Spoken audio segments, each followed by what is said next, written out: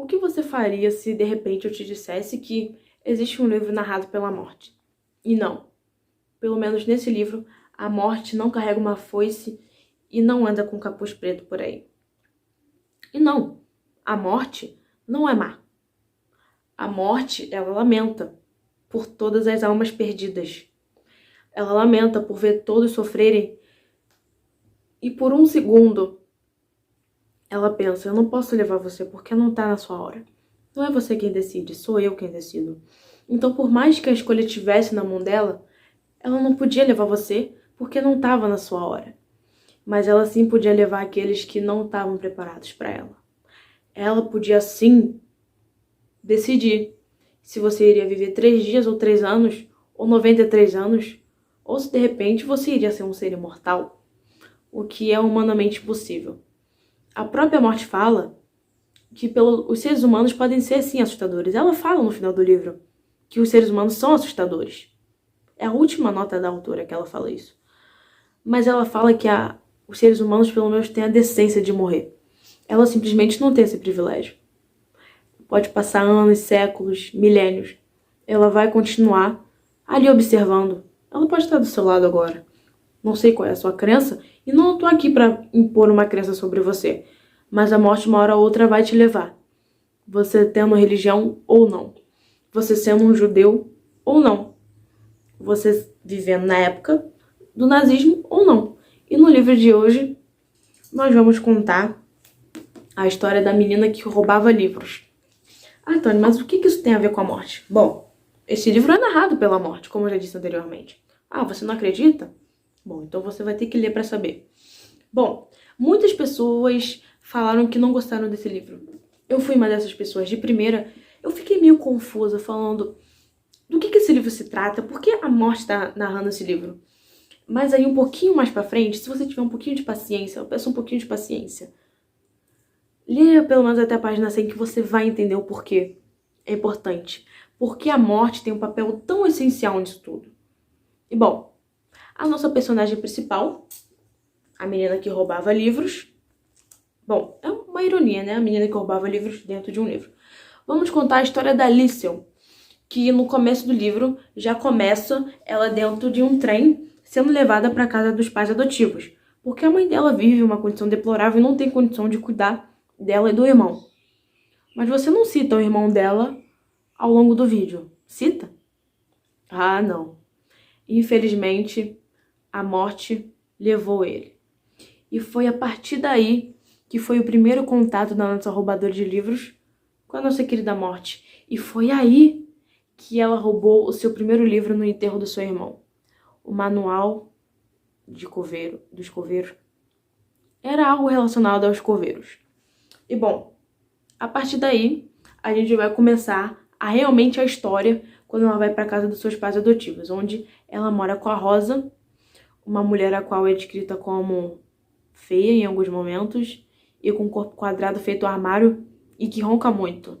Ou com o ranço do seu pai adotivo, que fumava muito, mas era um pai carinhoso. Um pai que a ensinava a ler e cuidava dela quando ela tinha pesadelos com, infelizmente, seu irmão falecido. Então, assim, eram boas pessoas, principalmente alemães, que tinham coração. E ter coração, ao longo desse livro você vai ver que ter um coração era proibido. Você ser humano naquela época era proibido. Você ir contra o partido era proibido. Você pensar fora dos padrões que o nazismo impunha, certo? Impunha, é errado. Bom, é a partir dessa toda narrativa que nós vamos ver o quanto o livro e as palavras ajudam, mas ao mesmo tempo atrapalham. Como você acha que alguém consegue dominar o mundo? Com poder bélico? Sim, lógico. Armas são importantes, principalmente quando esse discurso causa a Segunda Guerra Mundial e a morte de milhares de judeus alemães. Não.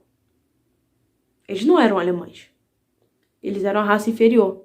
Eles não eram arianos como um judeu católico, como um judeu que se orgulhava em carregar o símbolo do nazismo no uniforme. Ou não nas pessoas que foram mortas, nos filhos que foram perdidos, porque naquela época você não podia dizer não. Você não podia dizer simplesmente, não, meu filho não vai para a guerra, pois você era preso e provavelmente você iria para a guerra. Então, assim, como devemos começar? Com o meu melhor amigo, quase meu namorado, que foi morto? Ou uma mulher que eu demorei a considerar como melhor amigo, a qual eu roubava livros e lia na biblioteca dela, e podemos ressaltar que ela era mulher do prefeito. Então ela era uma mulher importante. Ou o judeu o qual eu escondi no meu porão, mas eu prometi nunca revelá-lo, porque nós tínhamos coisas em comum. Nós éramos parecidos, nós éramos iguais. Tanto pelo trem, o qual ele se locomoveu até a minha casa, em uma noite linda, na Alemanha, ou nos socos, porque ela era uma pessoa briganta, ela brigava na escola, ou pelos pesadelos, pela família abandonada ou pelo irmão morto. Então, assim, o poder das palavras era muito grande nesse livro. E ao mesmo tempo em que a inocência ela foi desbravada com a escrita desse livro mostra tudo.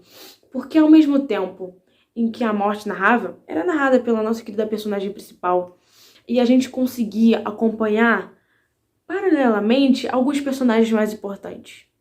O Max, o nosso querido judeu, que foi o único que sobreviveu nisso tudo. Que ironia, né? Um judeu sobreviveu. Um judeu simplesmente conseguiu fugir disso tudo. Ele viveu no porão por muito tempo. Ele escreveu um livro para mim, ou para ela. Ele escreveu um livro para ela. Ele mostrou que um judeu não é isso tudo que eles falavam.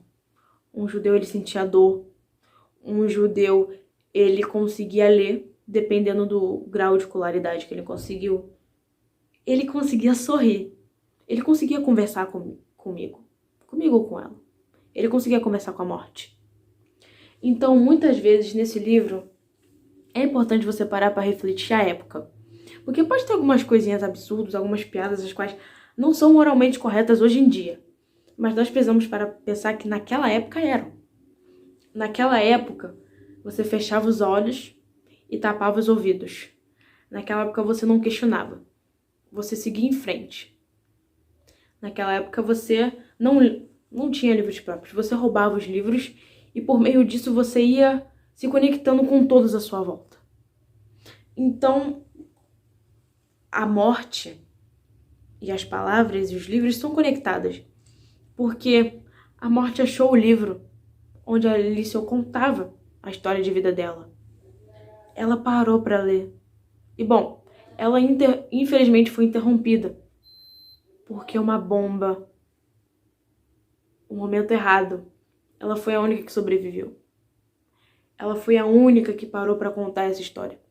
E a morte a levou, mas muito tempo depois, onde ela já tinha filhos, netos, onde ela tinha absolutamente tudo para dar certo. E deu. Só que não com as pessoas que ela esperava seguir correto. Tanto que a mulher do prefeito foi uma boa mulher. Tanto que a mulher do prefeito perdeu o filho. Tanto que a mulher do prefeito foi importante. Então, assim, a conexão com o livro e com as palavras era importante, sim, naquela época. Tanto que, citações... Eu fiquei um pouquinho emocionada, eu confesso, porque eu literalmente marquei isso tudo aqui. Eu marquei as partes onde ela percebeu que era ser humano. As partes onde ela sofreu, sorriu, onde ela roubava maçãs. Ela não roubava só livros, ela roubava maçãs junto com o Rudy. Gente, que melhor amigo é esse que roubava maçãs? Eles dividiam. Aquela mãe chata, rude, ela tinha um bom coração. Ou o pai que tocava acordeão. Depende muito do que você realmente quer ver nesse livro. Você pode ver a morte, ou você pode ver a menininha inocente que tinha contato com a morte, mas mesmo assim ela não desistiu. Ela usou as palavras como refúgio, ela usou de recursos os quais ela não tinha acesso. Porque os judeus sofreram, sim, lógico que sofreram. O judeu desenhou para ela diversas páginas. Ele contou o poder das palavras e foi a partir daí que ela percebeu que ela tinha sim um talento. O talento dela não era lutar na guerra, não era maltratar aqueles que os outros diziam ser inferiores. Ela usou as palavras para poder viver, para poder passar pelo pior período da vida dela, que foi a guerra. Ela chorou, ela sorriu, ela ficou sem graça, ela se apaixonou. Se apaixonou pelos pais, pelo judeu. Ela se apaixonou quem estava ao redor dela, de uma certa forma. Então, assim, eu não contei absolutamente nada da história pra vocês. Esse livro aqui é incrível. Eu não sei como pedir pra vocês lerem. Leiam apenas, leiam. Porque, assim, é incrível. E eu queria saber se vocês gostam de formato, assim, de vídeo, narrando, assim, o livro, contando partes avulsas pra vocês realmente ficarem curiosos. Então deixa aqui nos comentários o seu feedback, ou se vocês querem que eu realmente traga narrando as histórias, realmente contando o que acontece. Porque assim, não tem como narrar essa história, porque esse livro tem quase 500 páginas. Então assim, são 500 páginas de puro sufoco, pura tristeza. Eu fiquei triste, eu chorei, mas foi uma das melhores leituras de toda a minha vida. E eu vou pedir pra você, leia esse livro. Porque além de ser inovador, você vai descobrir o quanto a morte pode ser boazinha ou roubar livros realmente adianta de alguma coisa. Porque você é uma pessoa especial. Isso pode te ajudar em algum momento. Então, leia. Apenas leia. E seja feliz como eu fui lendo este livro. Ou não.